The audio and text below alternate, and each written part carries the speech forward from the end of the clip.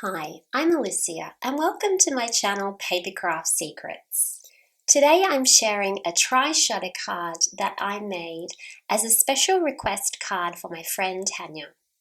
I made it using Mintay's new Nightfall collection. Tanya wanted a really special card for one of her special friends who's turning 50, and the request was that it could be purple and yellow and that it could have flowers on it and that it was a very bright out there sort of card because Tanya's friend really likes bright, colorful things, and she also loves to have things on display. So the card that I made, the tri-shutter card, it can sit nicely on a shelf or a mantelpiece and looks good on display. So that's why I've gone with the Nightfall collection by Mintay because of the colors. And I've also added some yellow and some gold to this card. So I'm going to take you step by step through how I created the card and we can do it together. To begin with, you will need a 12 by 12 sheet of cardstock, and I'm using this dark yellow that I had in my stash. You're going to cut your cardstock at 6 inches because to create this card we need a 6 by 12 inch rectangle. There is some scoring involved to create this card. So once you've got your 6 by 12 inch rectangle, grab your scoring board.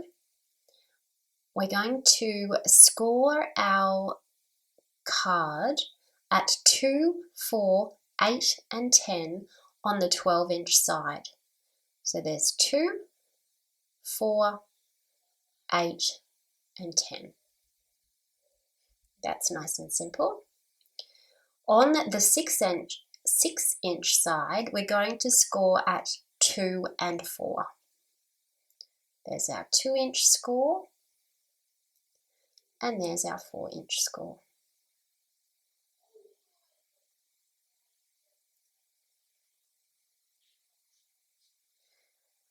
Now we're going to do a little bit of cutting. This is the trickiest part. We're going to cut from here at 2 inches to there at 10 inches, from 2 to 10. So I've written 2 to 8, but I corrected. It's actually 2 to 10 inches, 2 inches to 10 inches on that line, 2 inches to 10 inches on those two horizontal score lines.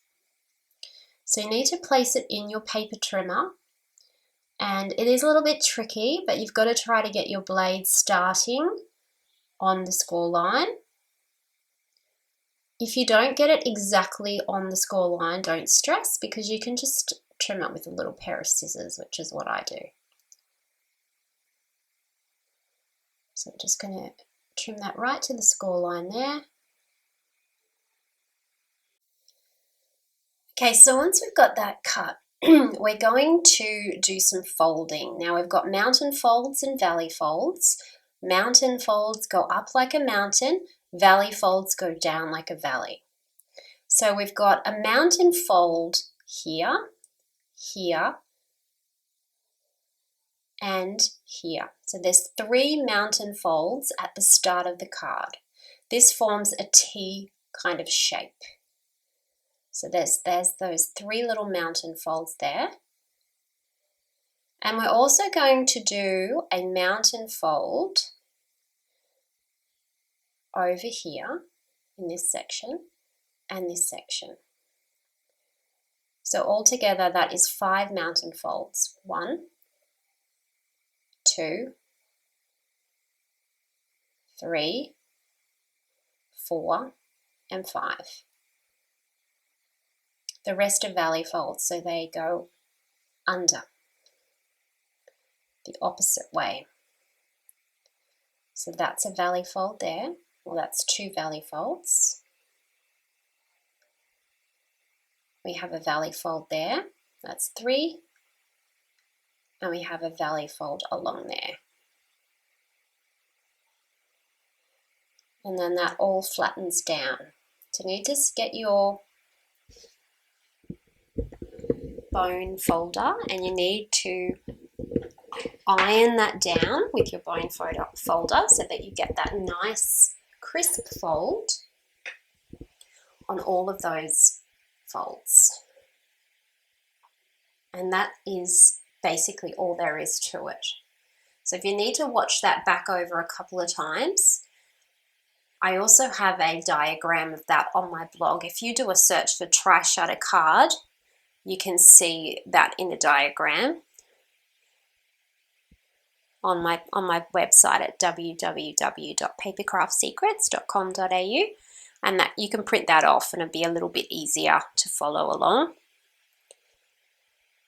That's the hardest part done with the card. Now it's just all decorating the card. So for decorating, I'm using the 6x6 Mintay Nightfall paper pad. It's got a lot of very dark colours in it, a lot of purple, gold, teal, beautiful papers, very unique scrapbooking papers. And I thought that I might use these papers to decorate my card that I'm creating today. I'm going to leave a border around the edge of each of my little panels so that that yellow pops through. So I will, I'm just choosing some pages that I think might work for this card. And then I'm going to measure and cut them out to what I need.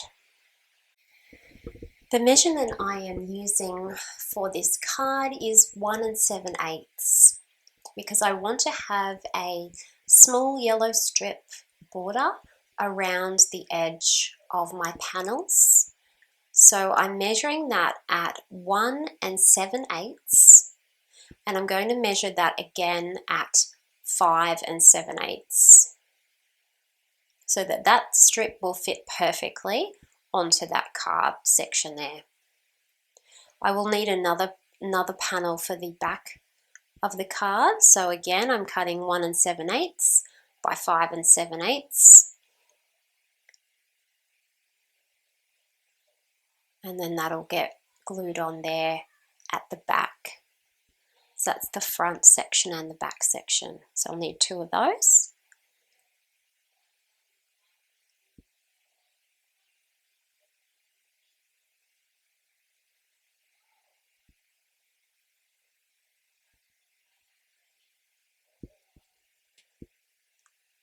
So let's glue those on because we're happy with where they're going to go.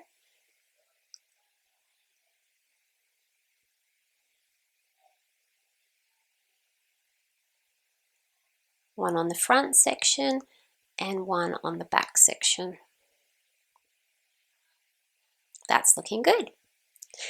This is probably my favorite part of making this card, is just choosing the papers for the panels.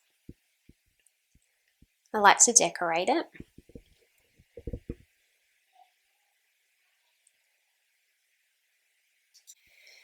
So what we're going to do now is we're going to cut 3 strips at 1 7/8 by 3 7/8. So we're going to have 1 at the top, 1 in the middle, and 1 at the bottom. 1 7/8 by 3 7/8.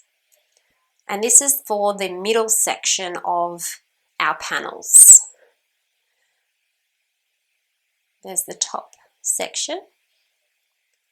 This is like a moonlit sky with some clouds. It's really pretty, and it's sort of in a purple toned paper. And then we have the bottom section there. Okay, so that's that bit done. Looks quite good, doesn't it? This is a really good way to showcase papers. This card showcases papers beautifully. So if you've got a really nice collection of paper, you can most certainly use this card to highlight the papers. Now, I have never decorated the back of a tri-shutter card before, but Today I'm going to, because I was looking at the back thinking, man, that is just very ordinary. So let's decorate the back as well. So that means we're going to need another 2 rectangles measuring 1 7/8 by 5 7/8.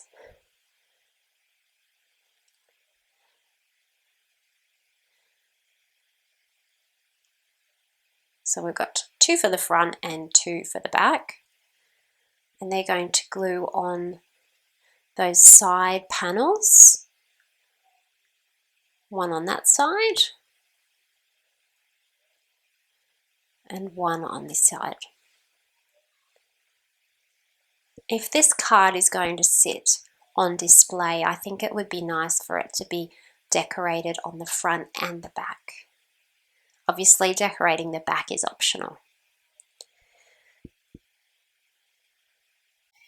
We're going to cut some horizontal strips for the back of the card now. So we're measuring those at 1 7/8 by 3 7/8, just like we did on the front of the card, but these will be going onto the back. So you needed 3 for the front and 3 for the back. So we'll turn the card over and glue these panels straight down the middle again.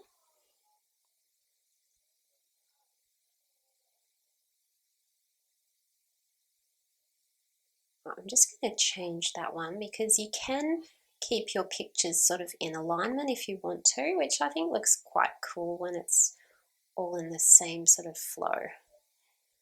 There we go, that's looking really cool, isn't it? This is a very unique card. Not going to be able to buy one of these in a shop anywhere. This is about as unique as it gets. I actually like making these 50th birthday cards, tri-shutter cards. I've made one before for a 50th birthday for my uncle, and it was really fun to make.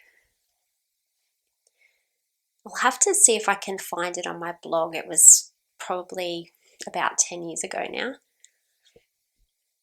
So now we're going to be cutting, these are going to be a 1 7/8 inch square for all of those little squares that we've got on our card that we haven't covered in yet.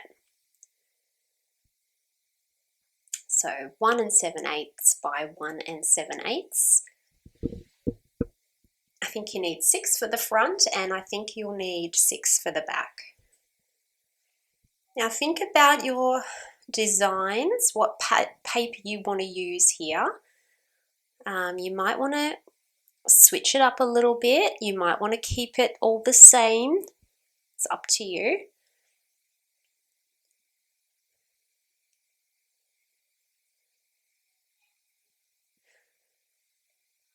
I decided to go for the 2 at the top and the 2 at the bottom with this gold paper with the purple flowers.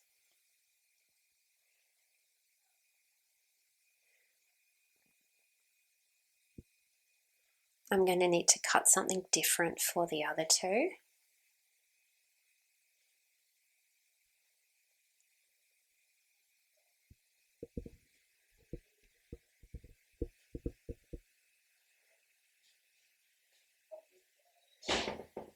I think I might use this page. This is sort of like a mixed media page.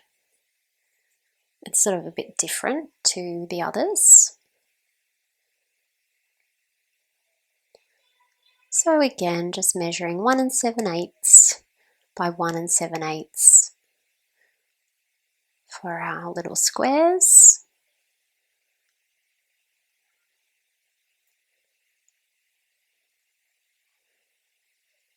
And 6 of those. All right, so I'll put that on there. That's a little bit different to the papers that I've already got on the front.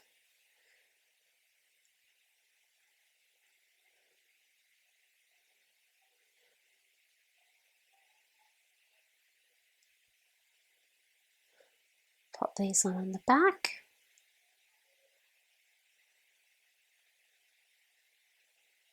I'll do the same pattern that I did on the front. The 4 edges all the same, and then the 2 in the middle, the contrast papers. You do whatever you like for your card. Pop that on there. So there's all of our panels covered with paper now. It's very pretty. It's very magical nightfall papers.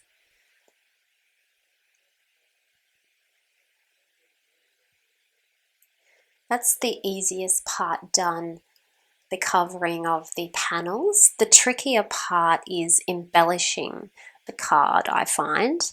I'm going to use this rectangle frame from the number 6 paper in the Mintay Nightfall collection. This is in the 12 by 12 scrapbooking paper.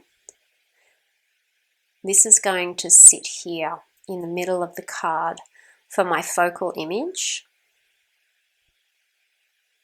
I'm going to layer it onto that yellow cardboard.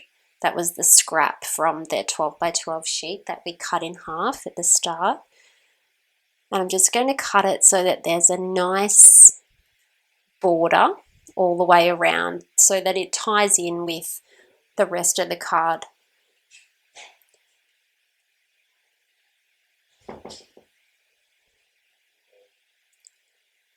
I'm going to use some cardboard to mount that so that it elevates it from the card.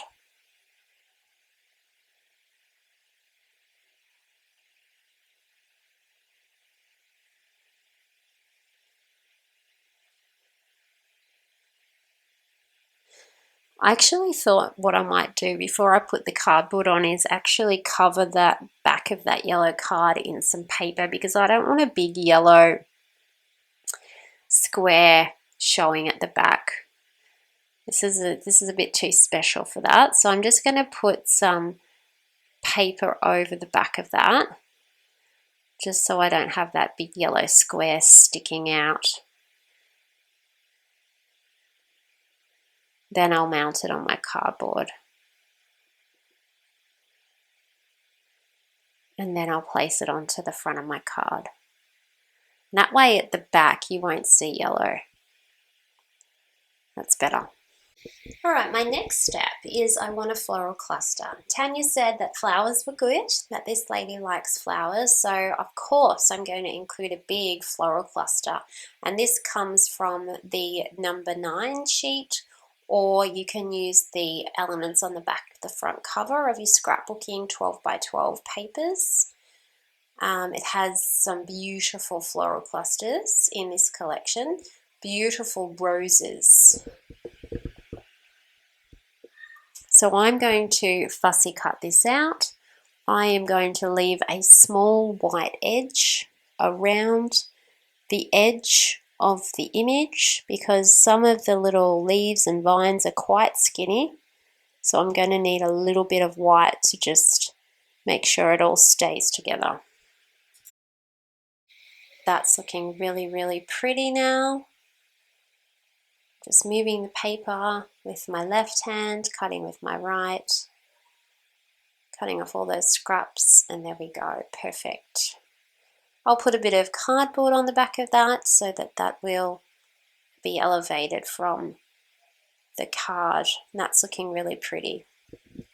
Now I'm going to use these Kaisercraft numbers that I've got in my stash for the number 50. And I'm going to stick those onto that same scrap of yellow cardstock.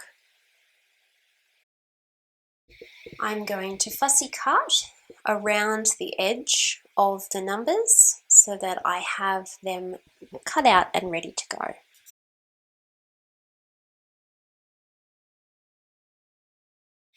To be honest, they just need some glue. They're quite old, these stickers, and they're not really that sticky, so I'm just going to make sure that they're glued onto the cardstock because I don't want that number falling off. So I'm just going to add a little bit of glue and then put the number back on.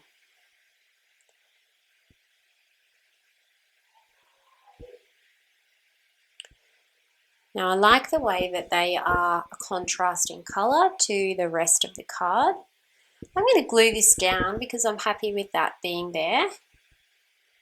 And I'm going to glue this down because I like my floral cluster. Lay it on next. And then I'm going to have the number 50. Probably going to slightly overlap them a little bit. I might use some recycled cardboard just to elevate them too.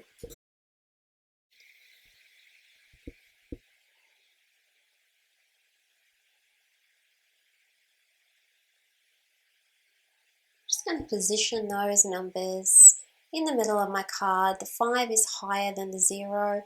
The 0 is going slightly underneath the 5 so that it's sort of connected. I've now realised that there's really nowhere to write a message on this card. There's no space for a message. So Tanya's obviously going to want to write something on this card to give to her friend. So I'm thinking of maybe incorporating a little frame from the number 6 paper. Just like I put one on the front, I think I'll put one on the back, and then she can write a little message inside this frame. I'm just going to trim that frame down, and then I'm actually going to trim out the inside so that the message can be written on the inside, because that paper's too dark to have a message written on it. I'll probably go with the yellow cardboard again to tie in with the rest of the card.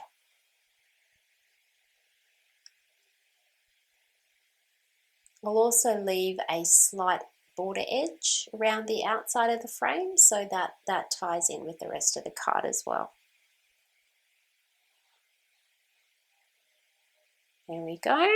That's our message, but you'll see that you can see the yellow at the back, which I don't really want to see at the back, so I'm going to just add some paper to the back of this card so that that sort of camouflages in with the card. Otherwise you'll see that big yellow rectangle sticking through.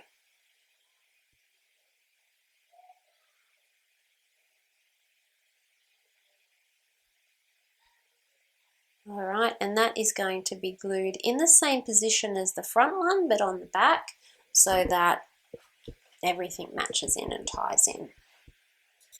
One disadvantage with the dark papers is that it is a bit difficult to put messages and things on, but I found these stickers from Kaiser Craft that I thought we could add into the card so that it says happy birthday. I like this font writing here, so I might stick those on that panel there to give it that happy birthday greeting.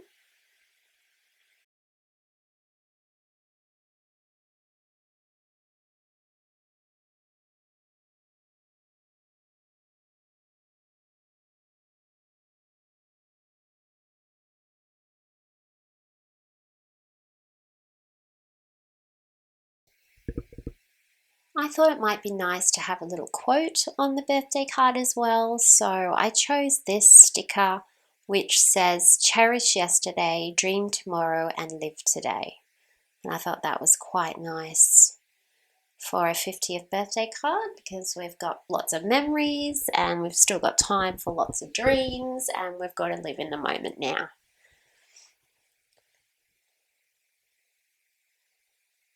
Right, let's glue this little bit on at the back here for the little message.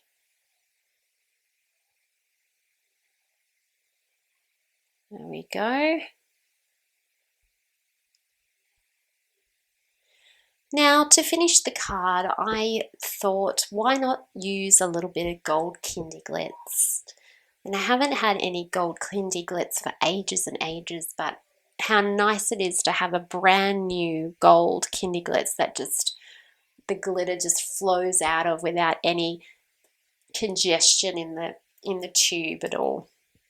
So I thought, let's make this number 50 a beautiful gold number 50.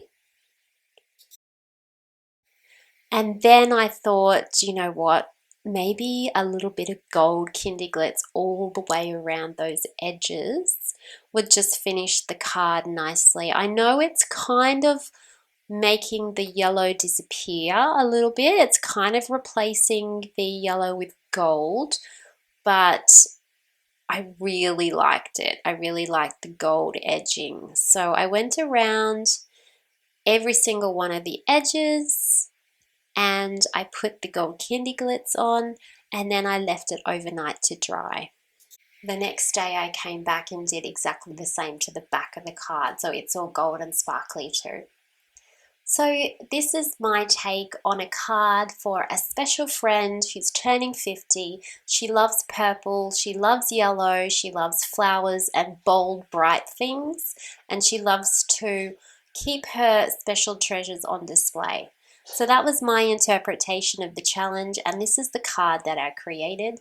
I hope you like the card, and I would love you to have a try at making a tri-shutter card.